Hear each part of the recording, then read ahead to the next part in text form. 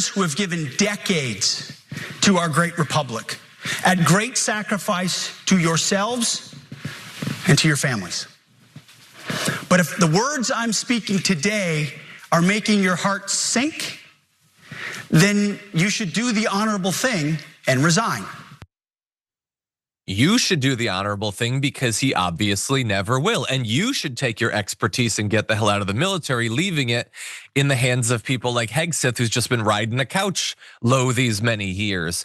So Hegseth thought that that ultimatum that he provided to our military's admirals and generals was like him being a big, tough, strong guy. It's my way or the highway, even though he's not qualified to even manage that stretch of highway, let alone America's military. The issue is that I think, like him giving an ultimatum to the media and telling them you have to fall in line or just get the hell out, and they decided, no, we're just gonna get the hell out. They kind of called his bluff to some extent. It seems like more and more of the military is doing that too. And we've already done previous reporting on how many people with their accrued decades or collectively centuries, millennia of experience running the military had already left. We've got more leaving just in the wake of that speech. The head of the US military's Southern Command is now stepping down. This is the Admiral Alvin Halsey, who has been in that position for less than a year, not a military expert. I think generally when you sign on to a thing like that, it's with the expectation that you will hold that post for more than a year. And it's kind of a relevant one right now since, you know, we're just blowing up any boat that dares to sail the seven seas. The CIA is now operating inside of Venezuela, which seems like a kind of big deal. And there's every reason to believe that we might well be in a full-scale war with Venezuela at some point. This is the guy that would kind of be in charge of that. Evidently, he doesn't want to be. Now, he's not being really forthcoming about why exactly he's stepping down. We know he did bring a lot of experience to the role. He had been serving for 37 years. He has not been openly, or even we haven't even had like background reporting of him being behind the scenes critical of Pete Hegseth. So it's possible that it doesn't have anything to do with Hegseth or anything to do with Donald Trump, but it is suspicious that after getting this, the biggest position of your career, after working towards it for decades, you don't even last a full year. That seems like a lot. And again, I hope that he comes out probably with a book or whatever. We'll talk about it at that point. We don't have that yet. What we do have though is a Marine colonel who also resigned from the military and is now speaking out about why. This Marine colonel wrote an op-ed titled, "I resigned from the military because of Trump," which is very vague. We can't say for sure why he left. But anyway, this is Colonel Doug Krugman noted that no commander-in-chief is perfect, but said he nevertheless believed that previous presidents took their oaths to the Constitution seriously. With Trump, he wrote, he no longer believes that. By the way, he had been in the military for 24 years and is a combat veteran. That's all the sort of stuff that would generally, the right would say that that person deserves respect and everything. I have no doubt that he's gonna be torn apart by right-wing media, despite his decades of service in and out of combat. And so he references in the op-ed Trump talking about the need to fight the enemy from within, which is just like anybody who doesn't agree with Donald Trump. And Krugman wrote in his op-ed that although it was not clear to him if Trump is referring to real crime or to political dissent, military force is not the answer. He also took a stance against Trump halting refugee programs via executive order, which affected tens of thousands of Afghan refugees, some of whom the former colonel said, quote, risked their lives to support us.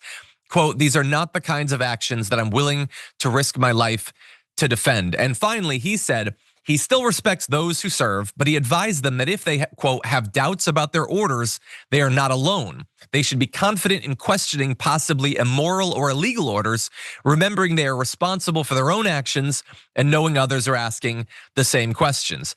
And not only should you think about this because, you know, morally, are you doing something wrong in carrying out these immoral or illegal orders? And we know some people are already doing that. They are bombing these boats. Hegseth is not pulling the trigger or pressing the button to bomb these boats, but those buttons have been pressed. But also, you know, like, are you gonna be the person potentially taking the stand if there are legal ramifications for some of these actions and just hoping to hide behind, I was just following orders? I don't know. That is certainly something for members of the military to think about. I also think it's something that members of ICE and DHS and Border Patrol should also be thinking about.